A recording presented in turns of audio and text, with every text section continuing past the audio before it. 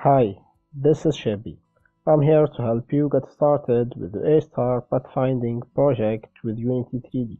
If you don't know what A-Star Pathfinding is, you need to see the part 1 of this video. I will put the link in the description below. The A-Star Pathfinding project helps you easily move around on a complex 3D environment, giving your NPC the ability to move, avoid, seek, take decisions, and understand all type of obstacles on the environment.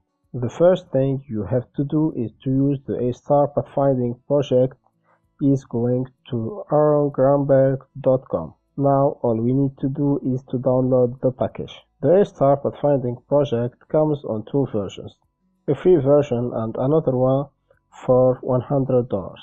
But we can move with the free one in this tutorial. Now let's import the package to whatever Unity project you are working on. So the A-Star Pathfinding project contains many resources. So we're gonna see the example scenes here in the project. So let's start by opening the example 2 scene. So hit play and let's see what happens. So in this scene you have an NPC player that moves around the scene trying to reach the mouse position vector T every time you move the mouse on the screen, and you have two different obstacles, dynamic obstacles that moving on the scene. So every time you move the mouse, the NPC player will try to go and to find its way through the different obstacles and go to your destination. So let's try to open another scene and see what happens.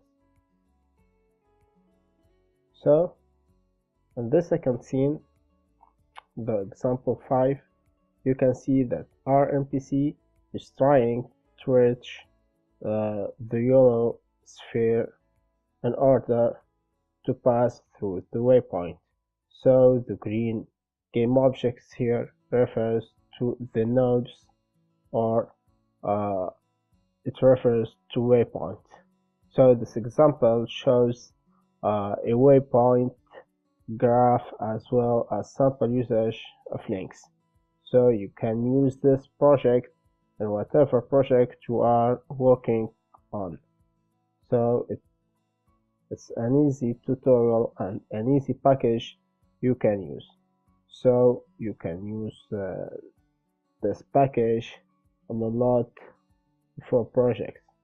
So as you see, there is 2D scenes and 3D scenes, and all you need to do is how to make your script runs using those codes.